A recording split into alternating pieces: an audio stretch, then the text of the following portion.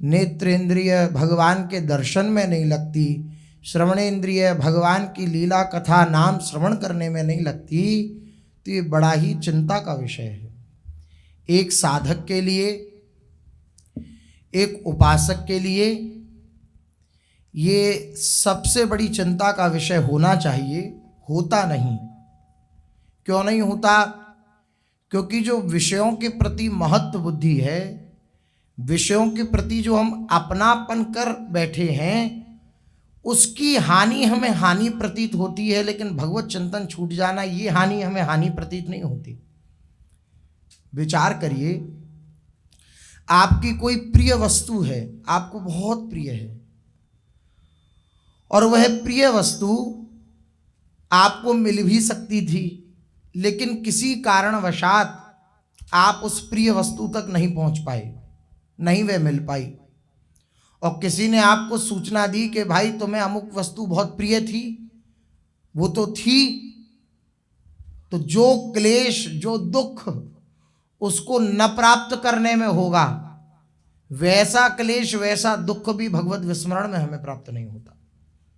विचार करने का विषय है, हृदय में धारण करने का विषय है, और ये चिंता का विषय है। एक साधक के लिए चिंता का विषय है कि हम छोटी से छोटी वस्तु के लिए बहुत विचलित हो जाते हैं। छोटी से छोटी वस्तु, परिस्थिति, दुख, पीड़ा, उसके लिए हम बहुत जल्दी विचलित हो जाते हैं, लेकिन घंटों घंटों व्यतीत हो जाते हैं, और कई बार तो दिन दिन व्यतीत हो जाते हैं, हम भगवत स्मरण से युक्त नहीं हो पाते। इस बात का हमें क्लेश भी नहीं होता, पश्चाताप भी नहीं होता, दुख भी नहीं होता, प्रार्थना भी नहीं होती कि नाथ अपना चिंतन कराइए। पूरे दिन में एक भी बार अगर हम देखें अपनी दिनचर्या को, कितनी बार हम प्रार्थना करते हैं प्रभु से कि नाथ क्या चिंतन करने के लिए आया था और क्या चिंतन हो रहा है, आप अपना चिंतन कराइए। मेरे बस की नहीं है, मैं नहीं कर सकता आपका चिंतन, और मैं क्या, बड़े बड़े राजर्षि, महर्षि, तपस्वी, योगी और भगवत कोटि के भी महापुरुष जन भी आपका चिंतन करने में सामर्थ्य युक्त नहीं है। आपकी कृपा से ही आपका चिंतन होता है। हरिवंश कृपा हरिवंश कहें, श्री प्रियालाल की कृपा से ही प्रियालाल का चिंतन होता है। तो कभी एक बार भी हम दिन भर में प्रार्थना करते हो कि आपका चिंतन हो, आपका नाम इस जिह्वा से निकलता रहे, मुख से निकलता रहे, ऐसी प्रार्थना कभी हम करते हैं? नहीं करते। क्या कारण है? हमने इस हानि को हानि ही नहीं माना, संसार की हानि को हानि मान लिया। अभी जिस घर में आप रहते हैं उसके प्रति कोई शासन लागू हो जाए तो आप उसको हानि मान लेंगे कि बहुत बड़ी हानि हो गई हमारे जीवन में, हमारे सर से छत चली गई। हमारे जीवन में अगर भोजन पानी ना हो, खाने के लिए वस्तु ना हो, तो हम उस हानि को हानि मान लेंगे। या और थोड़ा ऊंचा बढ़े, सब कुछ है जो हमें आवश्यक है, वे सब है हमारे पास, लेकिन जो हमारी कामना है वो हमारी कामना की पूर्ति ना हो तो उस अपूर्ति को हम हानि मान लेंगे, लेकिन भगवत विस्मरण को हम हानि नहीं मानेंगे। ये कितनी बड़ी चिंताजनक बात है एक साधक के लिए। बार बार इसलिए क्योंकि हो सकता है संसारी को लगे कि इसमें क्या चिंता है, हम लेते तो हैं नाम, सुबह जाते हैं तो 5 बार उंगली से रटते हैं, राधा राधा 5 बार कह के जाते हैं, जब आते हैं वापस तो 5 बार कह देते हैं, बीच में जो कुछ हो रहा है वो हो ही रहा है। नहीं नहीं, ये साधक की बात नहीं है। साधक के हृदय में व्याकुलता होती है और वो व्याकुलता उसे आगे बढ़ाती है। सच मानिए, अगर साधक के जीवन से जलन शांत हो गई, साधक के जीवन से व्याकुलता शांत हो गई, तो अब वह प्रगति नहीं कर पाएगा, क्योंकि वह जलन ही उसे आगे बढ़ाती है। भजन की भूख, भजन की प्यास, ये जो कहावत शुरू से अपने लोग सुनते आए, भूखे भजन ना होए गोपाला, ये लो अपनी कंठी माला, ये भूख वो वाली भूख का विषय नहीं है। इसके लिए नहीं कहा गया है जो कहावत है ये कि भूखे भजन ना होए गोपाल, ये भूख नहीं। बिना भूख के भजन नहीं होता। जब तक भजन की भूख नहीं होती तब तक भजन नहीं होता, उसके लिए कहा गया है। जब तक भूख उदय नहीं होगी, भूख संसार की है, हृदय में आकांक्षा ये है कि ये अमुक वस्तु हमें मिल जाए, अमुक व्यक्ति हमें मिल जाए, अमुक पदार्थ हमें मिल जाए तो हम सुखी हो जाएंगे, ये हमें नहीं मिला तो ये हमारे जीवन की सबसे बड़ी हानि है। और हम भगवत चिंतन को अपनी हानि ना माने कि हमारे जीवन में अगर भगवत चिंतन नहीं हो रहा तो ये हमारी सबसे बड़ी हानि है। अगर इस विषय पर हमारी दृष्टि न जाए तो ये बहुत बड़ी निम्न कोटि की बात है एक साधक के लिए। नहीं, हमारी हर समय दृष्टि होनी चाहिए, हर समय प्रार्थना होनी चाहिए, हर समय व्याकुलता होनी चाहिए। जैसे भी करके, जिस प्रकार से भी मेरा भगवत चिंतन हो नाथ, वैसी कृपा कर दीजिए। मीरा जी कहती हैं, जिन भेषा मारो सांवर रीझ है, सोई वेश धरूंगी। जिस वेश से, जिस क्रिया से, जिस स्थिति से मेरा सांवरा, मेरा मनमोहन, मेरा गिरधर रीझ जाएगा, मैं वो वेश धरने को तैयार हूं, मैं वो वेश धारण कर लूंगी। क्या कहने का तात्पर्य क्या है मीरा जी का?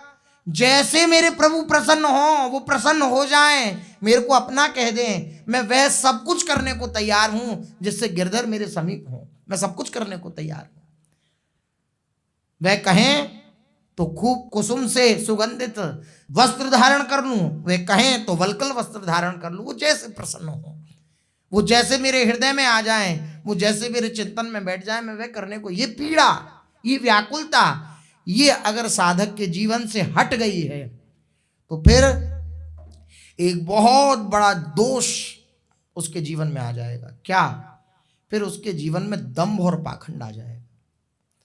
अगर व्याकुलता हटी, हृदय में भजन की भूख मिट गई, प्रभु की प्राप्ति की व्याकुलता मिट गई, हमारे मुख से ना राधा नाम निकल रहा है, हमारे मुख से ना श्री जी का नाम निकल रहा है, ना हृदय में चिंतन हो रहा है, ना उनके विषय की चर्चा हम करने में हमें सुख प्राप्त हो रहा है, तो फिर दंभ प्रकट हो जाएगा। हम जो हैं नहीं वे दिखाने का प्रयास करेंगे और बस इसी में हमारा जीवन व्यतीत हो जाएगा।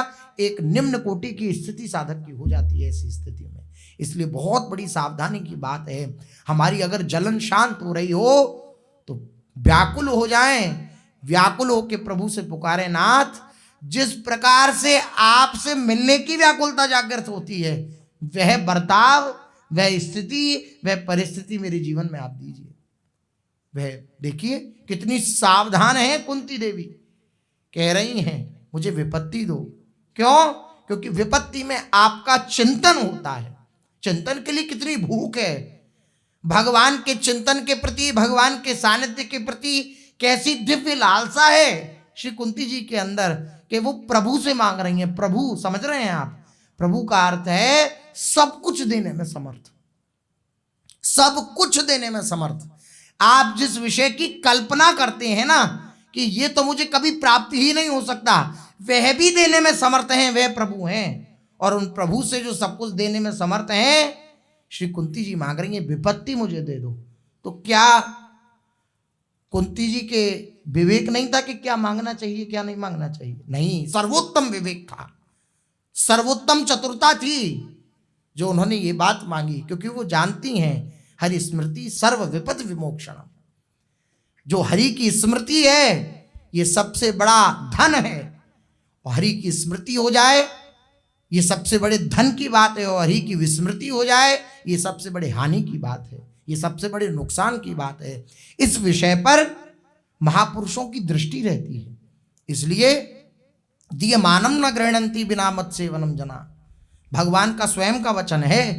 ऐसे निरपेक्ष मुनि और शांत प्रिय ऐसे जो मेरे भक्त हैं, उनको अगर मैं अपनी दिव्य दिव्य संपदाएं भी देना चाहूं, अपनी जो सर्वोत्तम पद है मुक्ति, उसको देना चाहूं तो वो नहीं लेते हैं। क्यों नहीं लेते हैं? बोले आपकी सेवा चाहिए, आपकी सन्निधि चाहिए, आपकी स्मृति चाहिए, नहीं लेते। ये भूख है हमारी, ये भूख कहीं शांत ना हो, इस बात का हमें अपने हृदय में जांच करते रहना चाहिए। अगर थोड़े से खान पान में, थोड़े से हंसी मजाक में, थोड़े से देखने सुनने में अगर हमारी इस भूख को शांति मिल जाती है, हम शांत हो जाते हैं अंदर से, तो ये हमारे लिए सबसे बड़े नुकसान की बात है। नहीं, हमें शांत नहीं होना, हमें व्याकुल रहना है, व्याकुल रहना है। देखन को नैना तपे, श्रवण सुनन को कान, मिलवे को हीरा तपे, जिय के जीवन प्राण। गोवर्धन वासी सांवरे, तुम बिन रहो न जाए। ऐसी स्थिति आए, देखने के लिए हमारे नेत्र तड़पें, बिना तड़पन के वे नहीं मिलते। सच मानिए, बिना तड़प के, बिना व्याकुलता के वे नहीं मिलते। हाँ, हम उनके आश्रित हैं तो वो अपनी कृपा से व्याकुलता देंगे, लेकिन बिना व्याकुलता के वे नहीं मिलते। व्याकुलता, जब नेत्रों की व्याकुलता कि अब नेत्र किसी को देखना अच्छा नहीं लगता, नेत्रों की खोज हो गई है प्रभु, नेत्रों की खोज हो गई है प्रभु। चारों तरफ वह उपासक देखता है कि किधर से मेरे प्रियालाल आ रहे हैं। वे चारों तरफ अपने नेत्रों को खूब आंखें खोल खोल करके देखता है कि मेरे प्रियालाल अब आएंगे, कि अब आएंगे, कि इस रूप में मेरे प्रियालाल हैं या इस रूप में मेरे प्रियालाल हैं। ऐसा वह अनुभव करता है। नेत्रों की भूख, कानों की भूख श्री प्रियालाल के वचन सुनने की हो जाए, हृदय की भूख उनके हृदय से लिपटने की हो जाए, ये भूख ही उन्हें मिलाती है और कोई उन्हें नहीं मिलाता। उनसे मिलने की भूख ही, उनसे मिलने की लालसा ही उनका साक्षात्कार कराती है। और हमारे हृदय से जलन मिट जाए, व्याकुलता मिट जाए तो सब कुछ मिट गया।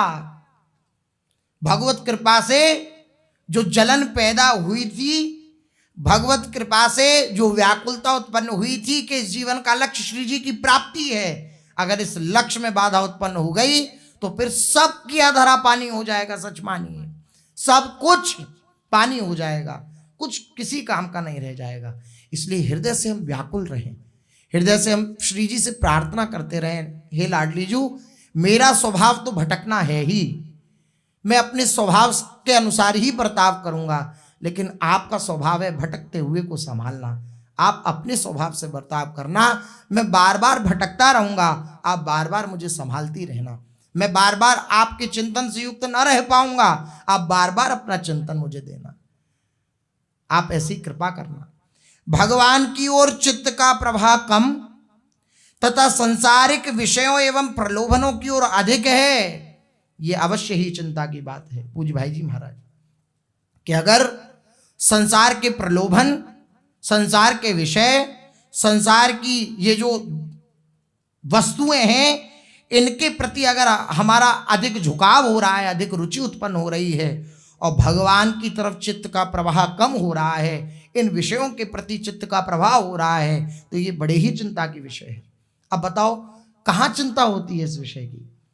पूरा पूरा दिन निकल जाता है, एक बार भी हृदय से, मतलब हृदय झकझोरता नहीं हमें कि हम प्रभु का चिंतन नहीं कर पा रहे, जिनके लिए आए हैं, जिनके लिए वेश धारण किया है, जिनके लिए प्रभु ने अपनी प्राप्ति के लिए हमें बुलाया है, हम उन्हीं का चिंतन नहीं कर पा रहे और चिंतन न करके हम प्रसन्न हैं। कितनी बड़ी बात है। इसका अर्थ यह है कि अभी दृढ़ लक्ष्य प्रभु नहीं बने, सुदृढ़ लक्ष्य प्रभु नहीं बने। जिस दिन सुदृढ़ लक्ष्य प्रभु बन जाए तो चैन से बैठा जा सकता है क्या? भला नहीं बैठा जा सकता। नानक देव जी के जीवन में प्रसंग आता है, बालक थे, पूरी पूरी रात्रि जग कर भगवान नाम का स्मरण करते, नाम जप करते। उनकी जो माँ थी वे प्रातः काल ब्रह्म मुहूर्त में आई, नाम की ध्वनि सुनी, नानक जी को देखा, अरे नानक तुम सोए नहीं? नहीं माँ। क्यों नहीं सोए? बोले बाहर पपीहा बैठा है, तो पपीहा अपने प्रीतम को बुला रहा है, पीहू पीहू पीहू पीहू। तो बोले मेरे में और उनमें होड़ लगी हुई है, पपीहा में और मुझ में होड़ लगी हुई है। क्या होड़ लगी हुई है? वो अपने प्रीतम को पुकार रहा है, मैं अपने प्रीतम को पुकार रहा हूं। अब होड़ ये लगी है कि किसका प्रीतम पहले आता है। ये व्याकुलता, ये प्यास, नहीं खान पान ते भावे है, नहीं कोमल वसन सुभावे है, सब विषय लगे अति खारा है। हरि आशिक का मग न्यारा है, हरि आशिक का जो रास्ता है, मग है, ये बिल्कुल न्यारा है, संसार से बिल्कुल विलग है। इसलिए संसारी लोग इन हरि के प्यारों के मग को समझ नहीं पाते हैं। श्री भाई जी महाराज ने लिखा, दीवानों के ये अगम पंथ संसारी समझ नहीं पाते हैं। ये जो दीवानों के ये अगम पंथ हैं, इसको संसारी मनुष्य नहीं समझ सकता। पूरी पूरी रात केवल प्रियालाल को पुकारते हुए व्यतीत हो गई। पूरी पूरी रात एक बार भी नींद ना आए, ऐसा कभी हुआ? एक भी रात हम जगे हों प्रियालाल के लिए? ऐसा कभी नहीं हुआ। हाँ, अपनी आकांक्षाओं के लिए, अपनी वासनाओं के लिए, अपने लाभ के लिए हम पूरी रात क्या 2 रात्रि भी जग सकते हैं, लेकिन प्रियालाल के लिए नहीं।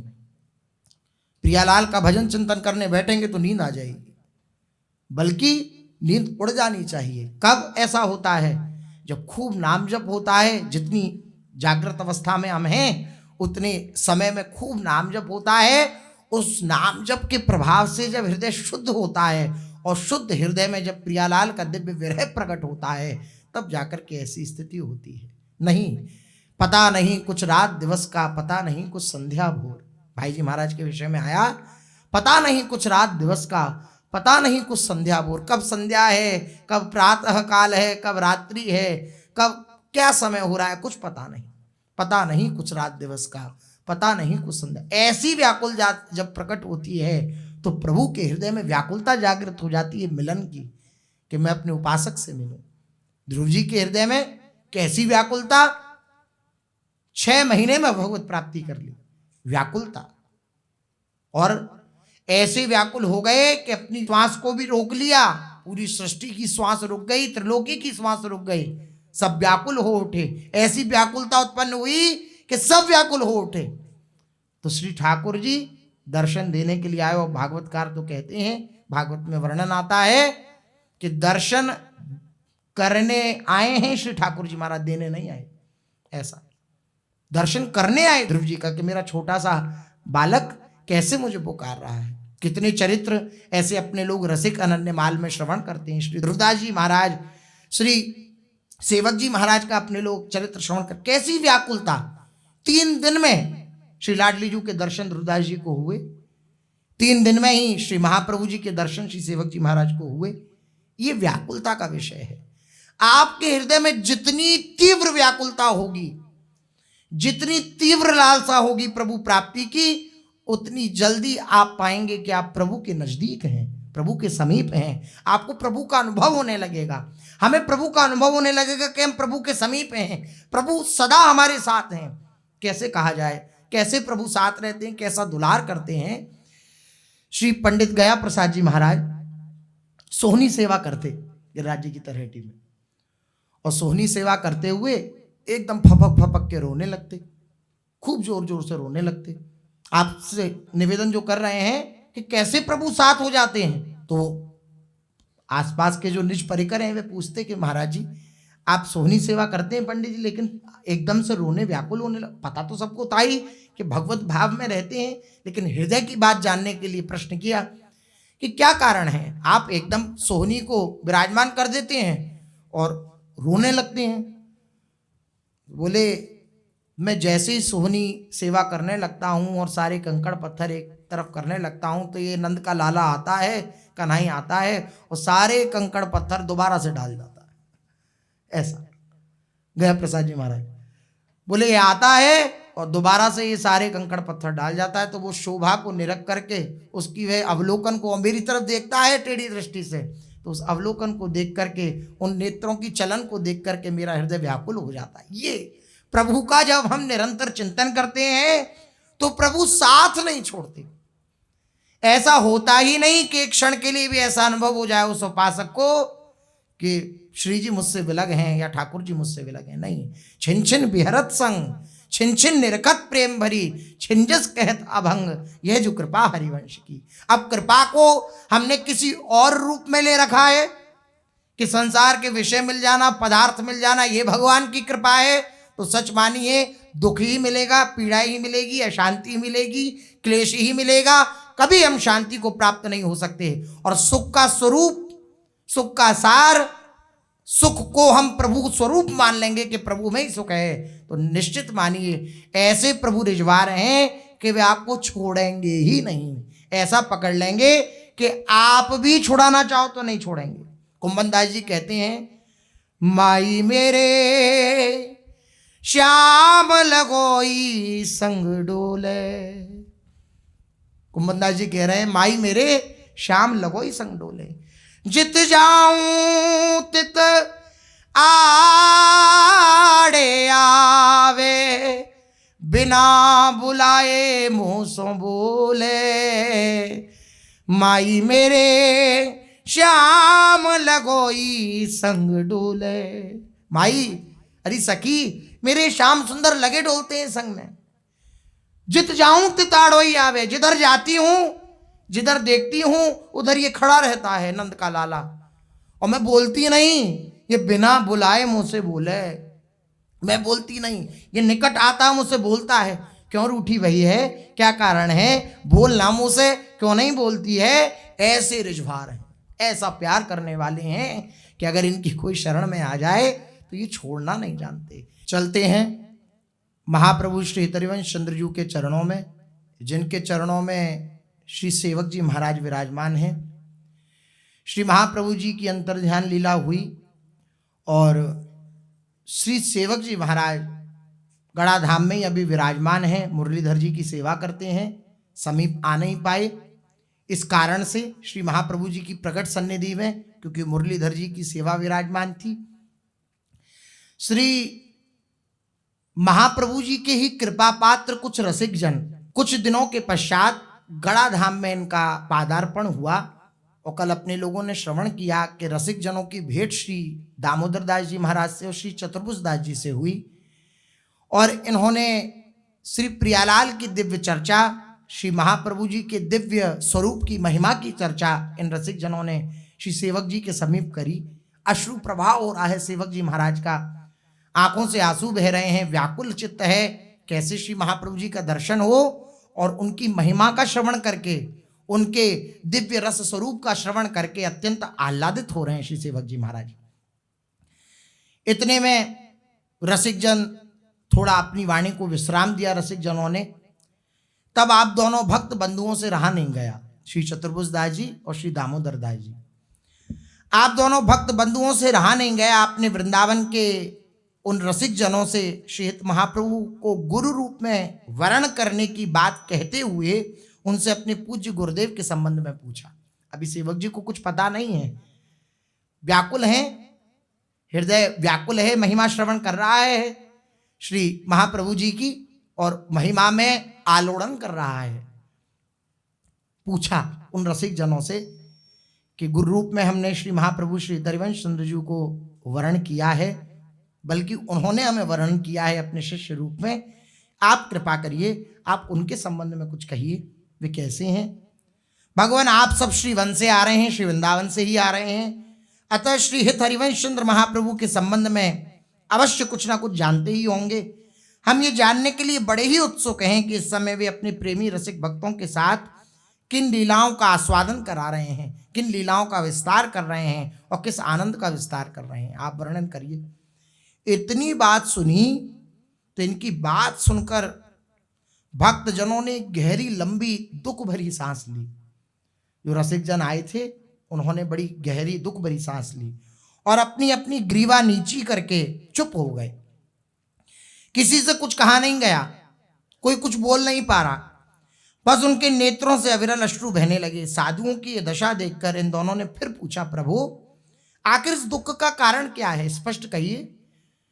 आपके दुख से हमारे हृदय में असंभाविक पीड़ा सी हो रही है, सर्वत्र मंगल तो है ना, आप वर्णन करिए, हमारा हृदय व्याकुल हो रहा है, क्या बात है। उन रसिक जनों में अग्रणी संत ने बड़े दुख भरे स्वर में कातर वाणी से कहा, पुत्रों मंगल की क्या बात कहें, अब तो हमारे लिए संपूर्ण पृथ्वी अमंगलमयी बन गई, सारी पृथ्वी हमारे लिए अमंगलमयी बन गई। हृदय में जो दुख था उसे हम किसी प्रकार वहन कर रहे थे, इस दुख को केवल जो उपासक जन होते हैं वे चर्चा से शमित करते हैं, उनकी चर्चा ये उनके इस दुख को शमित करती है। चर्चा हो रही थी तब तक प्रसन्न थे, ये स्मरण आ गया कि महाप्रभु जी लीला में प्रवेश कर गए तो एकदम व्याकुल हो उठे। उसे हम किसी प्रकार वहन कर रहे थे, पर अब जो उस दुख की करुण चर्चा करने का अवसर आया है उसे अपना कौन सा दुर्भाग्य कहें।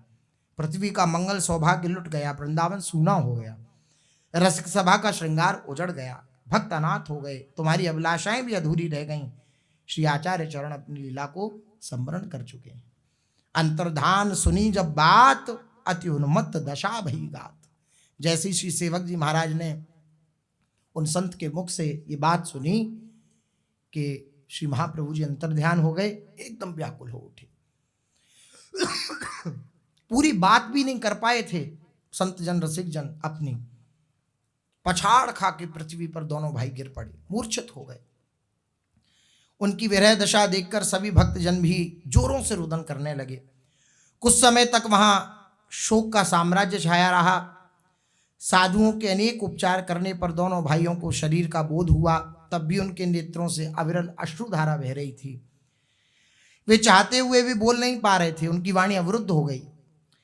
भक्तों के ढांढस देने और समझाने पर उनकी वाणी खुली और वे विलाप करते हुए हा हरिवंश कहकर जोरों से रुदन करने लगे। साधुओं ने अनेक कथा उपदेशों से इनके चित्त को धैर्य बंधाया, कथा उपदेश के द्वारा इनके चित्त को धैर्य बंधाया और यह भी बताया कि वर्तमान में श्री हिताचार्य चरण के जो ज्येष्ठ पुत्र हैं श्री गोस्वामी श्री वनचंद्र जी महाराज, ये ज्येष्ठ पुत्र, इन्हीं को गादी मिला, अधिकार मिला गादी का, श्री राधा वल्लभीय परंपरा का। ये जो अब कार्तिक शुक्ल तेरस, जिसको राधा वल्लभ जी का पाटोत्सव भी अपने लोग मनाते हैं, उसी दिन श्री वनचंद्र महाप्रभु जी को भी गादी पर विराजमान किया गया। गद्दी पर वनचंद महाप्रभु बैठे, तो वनचंद महाप्रभु विराजमान हैं। अभी श्री महाप्रभु जी के स्वरूप हैं, श्री महाप्रभु जी का ही उनका स्वभाव है। जैसा स्वभाव करुणामय वात्सल्यमय श्री महाप्रभु श्री हरिवंश चंद्र जी का था, ऐसा ही स्वभाव श्री वनचंद महाप्रभु का है। इसलिए आप चिंता न करें, आपके हृदय की प्यास को श्री वनचंद महाप्रभु जी मिटाएंगे, जो हित महाप्रभु के ही प्रतिरूप हैं और वे श्री हित धर्म के मर्म को अर्थात वृंदावन रसरीति को भली भांति वितरित करके सभी को वही आनंद प्रदान कर रहे हैं। इसलिए आप चिंता का विषय नहीं है। आपके हृदय में जो व्याकुलता है उस व्याकुलता को शांत करेंगे वनचंद महाप्रभु। यह बात सुनकर तब कहीं ये कुछ शांत हुए दोनों भाई। सारा दिन और सारी रात शोकाकुल अवस्था में ही बीता, किसी ने कुछ ना खाया ना कुछ पिया। दूसरे दिन समस्त महात्मा गण भी श्री सेवक जी महाराज और श्री चतुर्भुज दास जी से आज्ञा लेकर के और अपने आगे के जो उनका गंतव्य था वहां पधारी। इधर घर बागिर जु सदा व्याकुल मन, आरत दुखित जुहित दर्शन बिन, पुण्य सुनी जु श्री वनचंद, हित आसन थित देत आनंद। श्री हरिवंश चंद्र को धर्म, प्रगट करत जुहरत भव भर्म। चतुर्भुज सेवक सो तब कही, गुरु की जय बनचंद जु सही। इधर इन्होंने विचार किया कि अब हम लोगों के लिए क्या कर्तव्य है। श्री वन चलें तो क्यों और दीक्षा लें तो किससे। दोनों के हृदय में विचार है कि जिनको हमने अपने प्राण समर्पित किए, जिनको अपना जीवन सर्वस्व अर्पण कर दिया, वे तो निजधाम पधार गए। अब मैं किसकी शरण लूं, क्यों जाऊं वृंदावन, ऐसी भावना इनके हृदय में आई। इस पर चतुर्भुज दास जी ने अपनी यथोचित राय प्रकट की। यदि आचार्य चरण नित्य धाम में प्रवेश कर चुके हैं तो श्री वृंदावन चलकर उनके ज्येष्ठ पुत्र श्री वनचंद्र जी महाराज से मंत्र दीक्षा ग्रहण कर लेना चाहिए, यही उचित है। क्योंकि श्रुति शास्त्र सम्यक ये बात है कि आत्मा वही जायते पुत्रः, स्वयं जो पुत्र होता है वे पिता का ही स्वरूप होता है। पिता पुत्र में कोई भेद नहीं होता, ये तो श्रुति वचन है। इसलिए आपको मान लेना चाहिए वनचंद महाप्रभु स्वयं हित प्रभु के ही साक्षात अंश हैं, तो साक्षात हित प्रभु ही हैं। इसलिए ऐसी भावना रख के आपको ये बात धारण करनी चाहिए। चलते हैं महाप्रभु श्री हितरिवंश चंद्र जी अगर अंतर्ध्यान भी हो गए हैं तो हम वनचंद महाप्रभु की शरण ग्रहण करते हैं, वही हैं, कोई दूसरा नहीं है। सेवक कही यही प्रण मेरे, हित जी मोई दया करी हेरे। मेरे हट हित जी को देखो, जीवन जन्म सफल तब लेखो। दीक्षा तो हित जू पे लेऊं, ना तरु तो यह तन तज देऊं। यह मनोरथ और अति चाव, गुरु दर्शन में सांचो भाव। ऐसी भावना श्री सेवक जी एकदम पुकार उठे। अपने बड़े भ्राता की बात का उत्तर देते हुए दामोदर दास श्री सेवक जी महाराज बोले, आपने जो कहा वह अक्षर से सत्य है, श्रुति वचन है। आत्मा वही जायते पुत्रः, ये बात बिल्कुल सत्य है, शास्त्रानुमोदित है। किंतु मैं अपने चित्त की क्या कहूं। मेरा चित्त चंचरीक तो केवल और केवल और केवल श्री हरिवंश चंद्रजू के चरण कमलों में निवास कर चुका है। मेरा चित्त अब किसी और को स्वीकार नहीं कर सकता।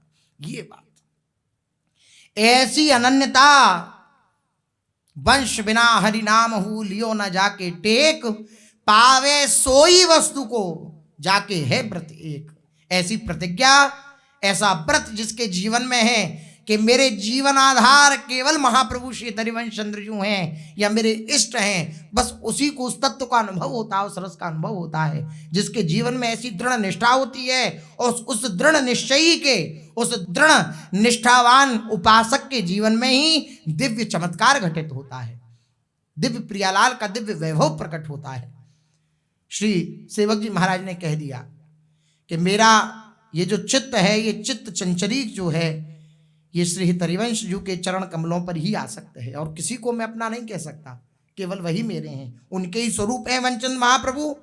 मैं उन्हें बारंबार प्रणाम करता हूं, लेकिन मेरा जो मन है वे हितजू का हो गया सो हो गया, अब किसी का नहीं। मन जू हित की भई जो भई, काहू कौना पतइये कहिए, साहस धरिए नाही भई, मन जू हित की भई जो भई।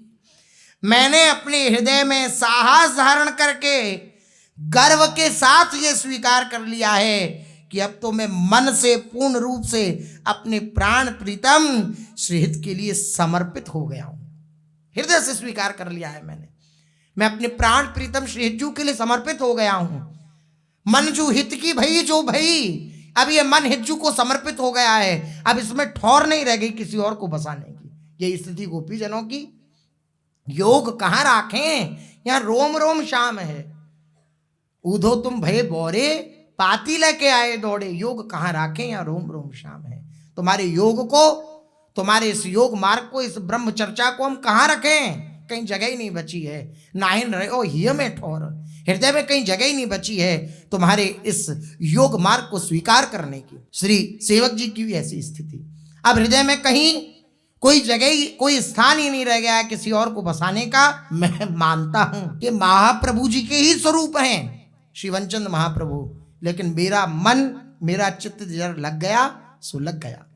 अब तो बेली फैल गई, जाने सब कोई, मेरे तो गिरधर गोपाल दूसरो न कोई, दूसरो न कोई, केवल और केवल मेरे श्रीहित महाप्रभु जी हैं। ऐसी व्याकुलता, उर की लहरी उरही समियत जो, तरंग उठ सिंधु मई,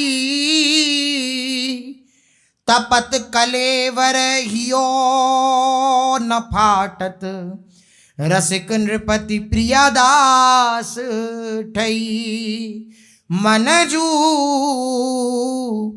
हित की भई जो भई। जिस प्रकार समुद्र की लहरें तीव्र वेग के साथ उठती हैं और पुनः समुद्र में ही मिल जाती हैं, समुद्र की जो लहरें हैं वे तीव्र वेग के साथ उठती हैं और पुनः समुद्र में ही मिल जाती हैं, उसी प्रकार मेरे हृदय से भावों की लहरें उठती हैं और पुनः हृदय में ही समा जाती हैं।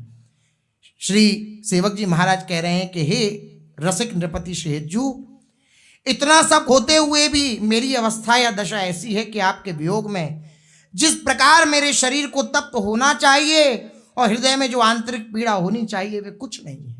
सेवक जी महाराज व्याकुल हैं, श्री चतुर्भुज दास जी को अपने हृदय की बात कह रहे हैं, बीच में ही व्याकुल हो उठे, महाप्रभु जी को पुकारने लगी कि जैसी व्याकुलता मेरे हृदय में उनकी प्राप्ति की होनी चाहिए वैसी है नहीं, इसलिए वो मुझको अधम जानकर मेरे समीप नहीं आ रहे हैं। कृपा करें श्री महाप्रभु जी, मुझ पर कृपा करें। मैं चतुर्भुज दास जी से तो स्पष्ट कर दिया श्री सेवक जी ने कि मेरा चित्त जो है यह आसक्त हो चुका है महाप्रभु जी के चरणों में, इसके लिए अन्य गति ही नहीं, अतएव मैं तो उन्हें ही प्राप्त करने का प्रयत्न करूंगा। और कोई गति नहीं है मेरी महाप्रभु जी के सिवा, मैं उन्हें ही प्राप्त करने का प्रयत्न करूंगा, उन्हीं से मंत्र दीक्षा लूंगा। अन्यथा मेरे इस वचन को सुन लीजिए, क्या ना तरु तो यह तन तज दे हूं, या तो मैं उन्हीं से मंत्र दीक्षा लूंगा या अपने शरीर को छोड़ दूंगा, शरीर को त्याग दूंगा। ये सेवक धर्म, ये है सेवक की निष्ठा। उन्हीं से मंत्र दीक्षा लूंगा, अन्यथा अपने इस अधम शरीर को उनके वियोग में त्याग दूंगा। आप चाहें तो भले ही वृंदावन जाएं, परंतु मैंने उनकी जो महिमा सुनी है उसे सत्य रूप में देखूंगा, तभी मेरा हृदय शीतल होगा। मैंने महिमा उनकी सुनी है कि वे अपने शरणागत जनों से बहुत प्यार करते हैं, वह नित्य निरंतर इस धराधाम पर ही विराजमान है, ये मैंने महिमा सुनी है। भले ही प्रकट रूप से ना हो, लेकिन वो नित्य निरंतर विराजमान है। अगर वो हैं तो मुझे दर्शन देंगे। मेरा हृदय तभी शीतल होगा जब इस महिमा का मैं दर्शन करूंगा। उनकी कृपा से मैं यहीं बैठकर उन्हें पालूंगा। श्री सेवक जी महाराज, सेवक के हृदय में गर्व होता है, अपने बल का नहीं, स्वामी के बल का। अब सुनने में क्या लगेगा कि उनकी कृपा से मैं यहीं बैठकर उन्हें पालूंगा, कि सेवक जी कह रहे हैं कि मैं उन्हें पालूंगा मेरे में, नहीं, उनकी कृपा से मैं उन्हें यहीं बैठकर पालूंगा। अपना बल तो कुछ नहीं है, लेकिन मैं स्वामी के बल को जानता हूं, स्वामी की सामर्थ्य को जानता हूं, महाप्रभु जी की सामर्थ्य को जानता हूं। मैं उनकी कृपा से उनको यहीं बैठे पालूंगा। मुझे वृंदावन जाने की जरूरत नहीं, आप जाइए, आपका भाव है, आप चले जाइए। चतुर्भुज दास जी ने जब अपने छोटे भाई के स्वभाव को जाना, उनकी बात सुनी, तो वो जानते थे कि ये एक बार इन्होंने जो दृढ़ निश्चय कर लिया, अब ये टाले नहीं टलेगा। इसलिए प्रणाम किया, निरुत्तर हो गए और उन्होंने कोई आग्रह नहीं किया। फिर श्रीताचार्य चरण के असह्य विरह से विकल होकर वे अकेले ही श्रीवन को चल दिए। वृंदावन के लिए आए चतुर्भुज दास जी, और यहां आकर के उन्होंने वंचन महाप्रभु से मंत्र दीक्षा ग्रहण भी कर ली। इधर दामोदर दास जी अपने प्रण पर अटल बने रहे और अपने घर से बाहर निकलकर एक वट वृक्ष की छाया में खड़े होकर बोले। घर के बाहर एक वट वृक्ष था और उस वट वृक्ष की छाया में आकर के बोले, आज मैं श्रीहित पाद पद्मों की प्राप्ति के लिए कठोर आमरण व्रत धारण करता हूं। आमरण अनशन, या तो मेरे प्राण छूट जाए या हरिवंश महाप्रभु जी का दर्शन हो, ऐसी भावना। मैं आज ये कठोर नियम लेता हूं, मैं सत्य सत्य की प्रतिज्ञा करता हूं कि उन्हें प्राप्त करके ही अपने आसन से उठूंगा, उन्हें प्राप्त करके ही मैं अन्न जन ग्रहण करूंगा, अन्यथा नहीं ग्रहण करूंगा। यदि यह सत्य है कि श्री हिताचार्य चरण श्री श्याम सुंदर की महामोहिनी वंशी के अवतार हैं, यदि ये बात सत्य है कि वे जीवों को अत्यंत दुर्लभ महाप्रेम रस प्रदान करने के लिए भूतल पर अवतरित हुए थे, तो मुझ दास पर भी कृपा करें। अगर ये बात सत्य है तो वो मुझ पर अवश्य अवश्य अवश्य कृपा करेंगे। यदि मेरा उनके श्री चरणों में सत्य और अनन्य अनुराग है तो वे मेरे भाव की रक्षा करें, वे कृपालु प्रभु इस दीनदास सेवक पर अनुग्रह करें, इसके सिवाय मेरे चित्त में और कोई अभिलाषा नहीं। ऐसा कह के फूट फूट कर श्री सेवक जी महाराज रोने लगे, पुकारने लगे श्री हित महाप्रभु जी को। उच्च स्वर से हरिवंश हरिवंश ऐसा पुकारते हैं और महाप्रभु जी से प्रार्थना करते हैं, मिलो किन हित जू जानी है,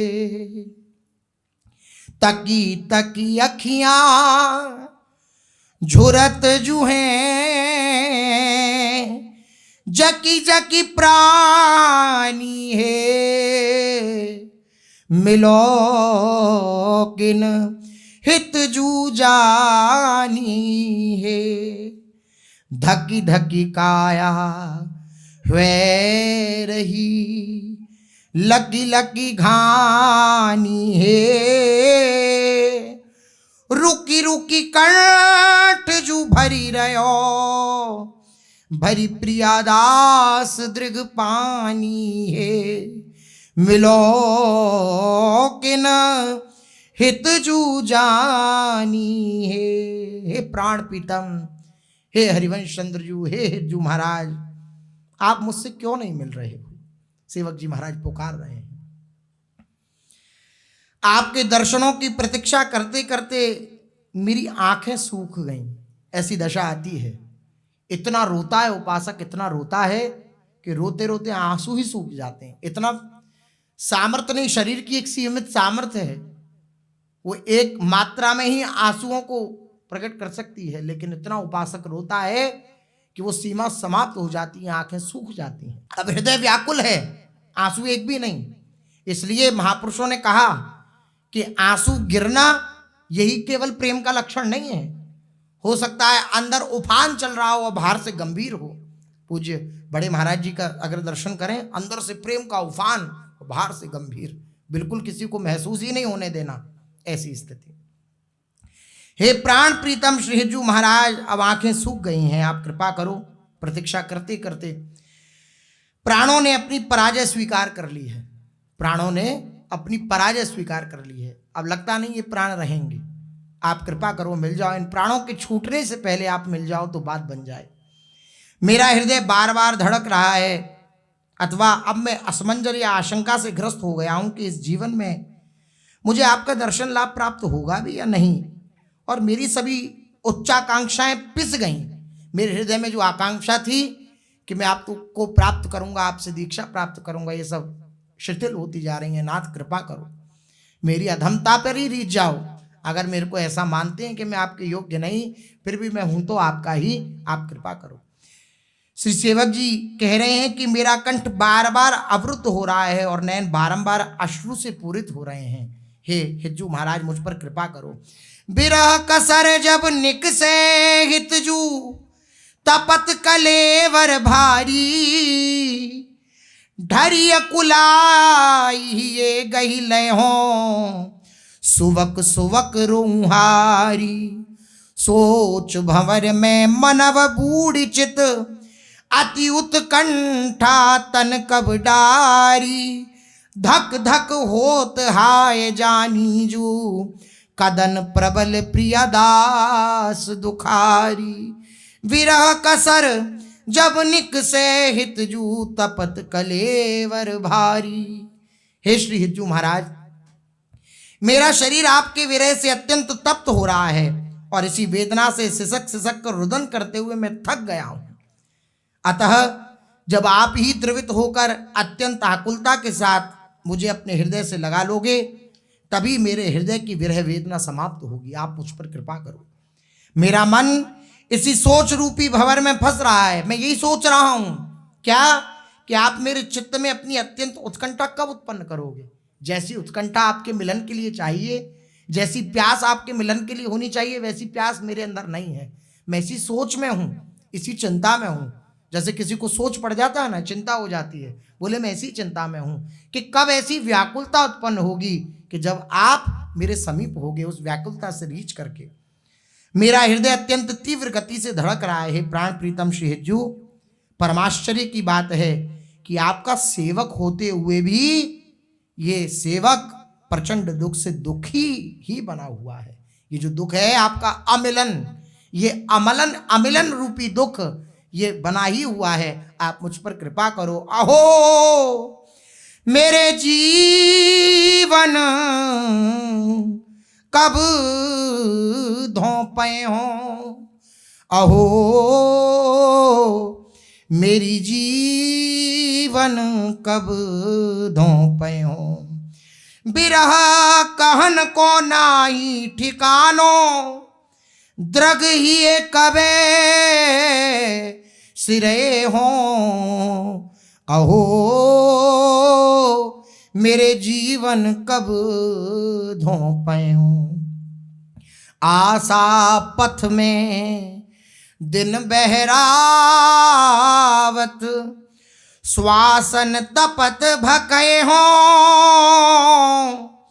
उपजत क्षोभ रोम रोम मन में, प्रियादास रही होठ चबे हो। लोचन पोंछत जात उदर सो, सोच नहियरा छे हो गौरांगे व्यास सुनंदे मिली अकुलाए गरे हों अहो मेरे जीवन कब धोपे हों। हे श्री हिज्जू, हे महाप्रभु श्री तरिवंश चंद्र जू, मैं अपनी जीवन शक्ति श्रीहित का सानिध्य कब प्राप्त कर पाऊंगा, कब आपकी सन्निधि मुझे प्राप्त होगी। आप कौन हैं? बोले मेरी जीवन शक्ति है। जीवन अगर धारण होगा तो आपके दर्शन से धारण होगा। आप मेरी जीवन शक्ति हैं। अभी तो आपके विरह की इयत्ता परिणाम का कोई ठिकाना या और छोर ही नहीं है। मैं कब आपके दर्शन करके अपने नैनों और हृदय को शीतल करूंगा। हे हिज्जू महाराज, मुझ पर कृपा करो। आपके दर्शनों की आशा के पथ में दीर्घ श्वास लेते हुए मैं बार बार अपने मन को बहला फुसला रहा हूं कि वे आएंगे, वे आएंगे। यह आशा को निरंतर जीवित रख रहा हूं कि वे आएंगे। मेरे मन में और मेरे रोम रोम में आपके अमिलन का क्षोभ उत्पन्न हो गया है। आप नहीं मिल रहे हैं, ये रोम रोम में एक क्षोभ उत्पन्न हो रहा है, जिसके परिणाम स्वरूप मैं दांतों से बार बार अपने होठों को दबा रहा हूं, अर्थात अपने ऊपर ही मुझे तीव्र क्रोध उत्पन्न हो रहा है कि मेरे हृदय में ऐसी उत्कंठा क्यों नहीं है कि हिज्जू मेरे समीप आ जाए। श्री प्रियाजू का दास होते हुए भी मैं आपके दर्शन लाभ से अभी तक वंचित ही बना हुआ हूं। आपके अमिलन का सोच मेरे हृदय में और उधर के भीतर छा गया है, जिसके कारण मेरी आंखों से अश्रु झरी लग रही है, जिससे मैं बार बार पूछ रहा हूं। हे गौरंग वाले व्यासनंदन श्री हितजू, अब तो इस कष्ट को नष्ट करने का एक ही उपाय शेष बचा है, और वह यह है कि आप स्वयं ही मेरे कष्ट से विकल होकर मुझे अपने गले से लगा लें। बस यही एक उपाय है मेरे इस कष्ट का शमन करने का, कि आप आएं और आकर के मुझे अपने अंक से लगा लें, अपने हृदय से लगा लें। बस यही उपाय है, यही अभिलाषा है मेरे चित्त में। इतना कहकर तृणवती श्री दामोदर दास जी वहीं आसन पर बैठ गए और श्री हरिवंश श्री हरिवंश श्री हरिवंश श्री हरिवंश ऐसा उच्चारण करने लगे। रटन कर दी यह जो पर्योमोह सहज स्वभाव, श्री हरिवंश नाम रस चाव नाव सुदृढ़ भवतरण को। बस बिल्कुल ये जिह्वा से रुकता ही नहीं। श्री हरिवंश श्री हरिवंश श्री हरिवंश श्री हरिवंश ऐसा उच्चारण करते हैं, कभी तीव्रता से, कभी व्याकुलता से, कभी धीरे धीरे, कभी पुकार कर बस श्री हरिवंश श्री हरिवंश श्री हरिवंश ऐसा बोल रहे हैं, निरंतर स्मरण कर रहे हैं। 3 दिन व्यतीत हो गए। 3 दिन का अर्थ है 3 दिन और 3 रात्रि, ऐसे 24-24 घंटे के 3 दिन ये व्यतीत हो गए। किंतु दामोदर दास जी के विश्वास में बहुत ध्यान देने योग्य बात है। 3 दिन व्यतीत हो गए हैं, ये निष्ठा है उनकी कि मैं हरिवंश हरिवंश रट रहा हूं, श्री महाप्रभु जी जरूर आएंगे। और इस निष्ठा में 3 दिन की परीक्षा हो रही है कि देखो तुम कितने दिन व्याकुल रहते हो। तो श्री दामोदर दास जी के विश्वास में, श्री सेवक जी की लगन में, उत्साह में जरा भी शिथिलता नहीं आई है। 3 दिन हो गए बिना कुछ खाए पिए, जरा भी शिथिलता नहीं। ये व्याकुलता, ये पिपासा, ये लालसा चाहिए। तब चौथे दिन उन्हें सहसा एक विचित्र तंद्रा का अनुभव हुआ। तंद्रा जैसी, न सोए हैं न जगे हैं, तंद्रा जैसा अनुभव हुआ। उन्होंने तंद्रा में देखा कि आंखों के सामने श्याम कांति का वहन करने वाली दिव्य यमुना जी प्रवाहित हो रही हैं। क्योंकि लता भवन सुख शीतल छां, श्री हरिवंश रहत नित जहां, तहां न वैभव आन के। श्री महाप्रभु जी कहाँ निवास करते हैं? बोले लता भवन सुख शीतल छां। लता भवन में कौन विराजमान है? निकस कुंज ठाड़े भये। कुंज से, कुंज में कौन विराजमान रहते हैं? श्री राधा वल्लभ लाल। वहीं से तो निकल के गलभैया देकर के दर्शन दिया श्री राधा वल्लभ लाल ने। निकस कुंज ठाड़े भये भुजा परस्परंस, तो कुंज में विराजमान है श्री राधा वल्लभ लाल। और श्री हरिवंश समीप सदा तिनके, सुख संपत्ति दंपति जूजन के। श्री हरिवंश चंद्र जी वहीं समीप में विराजमान है, अर्थात श्री प्रियालाल के समीप ही श्री महाप्रभु जी विराजमान हैं। तो श्री महाप्रभु जी की कृपा से श्री सेवक जी के हृदय में उस तंद्रा अवस्था में सबसे पहले किनका दर्शन हुआ? श्री यमुना जी का दर्शन हुआ। श्री यमुना जी का दर्शन किया, सुंदर श्याम कांति लिए श्री प्रियालाल का दिव्य अंगराग धारण किए हुए श्री यमुना जी प्रवाहित हो रही हैं। लता द्रुम से मंडित श्री वृंदावन की दिव्य शोभा हो रही है। यह विचार कर कि कहीं ये मेरा भ्रम तो नहीं, सेवक जी ने विचारा कि कहीं ये मेरा भ्रम तो नहीं हो गया। उन्होंने अपनी आंखें मींच ली, किंतु ध्यान में भी वही दृश्य आ रहा है। पुनः प्रेम विह्वल होकर जब आपने आंखें खोली तब भी वही दृश्य दृष्टिगोचर हो रहा था। आपने देखा कि दिव्य वृंदावन में गौर कांति संपन्न श्रीताचार्य चरण मंद मंद मुस्कुराते हुए विराजमान है। तहां हितजू ने दर्शन दियो। ये व्याकुलता सेवक जी की और ये निष्ठा, ये दृढ़ प्रतिज्ञा कि ये मेरा जीवन है हरिवंश चंद्र जू। अब एक बार इनको जीवन समर्पित कर दिया तो अब किसी और को मैं स्वीकार नहीं कर सकता। इस दृढ़ निष्ठा से प्रसन्न होकर श्री महाप्रभु जी ने कृपा करी और सेवक जी के सामने दिव्य स्वरूप से प्रकट हो गए। आहा, उनके स्वर्ण कांति में देह पर पीत वस्त्र शोभा पा रहा है। आचार्य वपु से प्रकट हुए हैं। जिस स्वरूप को श्री सेवक जी ने अपने हृदय में बसाया है, रसिक जनों की कृपा को श्रवण करके, रसिक जनों से श्री महाप्रभु जी की महिमा और स्वरूप का श्रवण करके जिस स्वरूप को हृदय में बसाया है, उसी स्वरूप का दर्शन श्री सेवक जी महाराज को हो रहा है। सुंदर श्री हरिवंश महाप्रभु जी पीत वस्त्र धारण किए हुए हैं और स्वर्ण कांति में देह है, कांति में है, स्वर्ण की सी आभा प्रस्फुटित हो रही है श्री महाप्रभु जी के श्री अंगों से। मुखमंडल के चारों ओर दिव्य ज्योति जगमगा रही है। वे अपने कृपापूर्ण नेत्रों से प्रेम की वर्षा कर रहे हैं। कृपापूर्ण जो नेत्र हैं श्री महाप्रभु जी के, ऐसा प्रतीत होता है कि उन नेत्रों से निरंतर प्रेम की वर्षा हो रही हो। आपने श्री महाप्रभु जी की शोभा का वर्णन एक छंद में किया, सेवक जी ने सेवक वाणी में। अतुलित रस बरसत सदा सुख निधान वनवासी, अद्भुत महिमा मही प्रगट सुंदरता की राशि, सुंदरता की राशि कनक दुति देह रुचि, वारिज वदन प्रसन्न हासी, मृदु रंग शुचि, शुभ्रु सुष्ठु ललाट पट सुंदर करण, नैन कृपावलोकी प्रणत आरत हरणम, सुंदर ग्रीव उरसी वनमालम, चारुवंश वर बाहु विशालम, उदर सुनाभि चारु कटिदेशम, चारु जानु शुभ चरण सुवेशम, शुभ चरण सुवेश मत गजवर गति, परोपकार देह धरणम, निज गुण विस्तार आधार अवनि पर, वाणी विशद सुविस्तरणम, करुणामय परम पुनीत कृपानिधि, रसिक अनन्य सभाभरणम, जय जग उद्योत व्यास कुल दीपक, श्री हरिवंश चरण शरणम, जय जग उद्योत व्यास कुल दीपक, श्री हरिवंश चरण शरणम।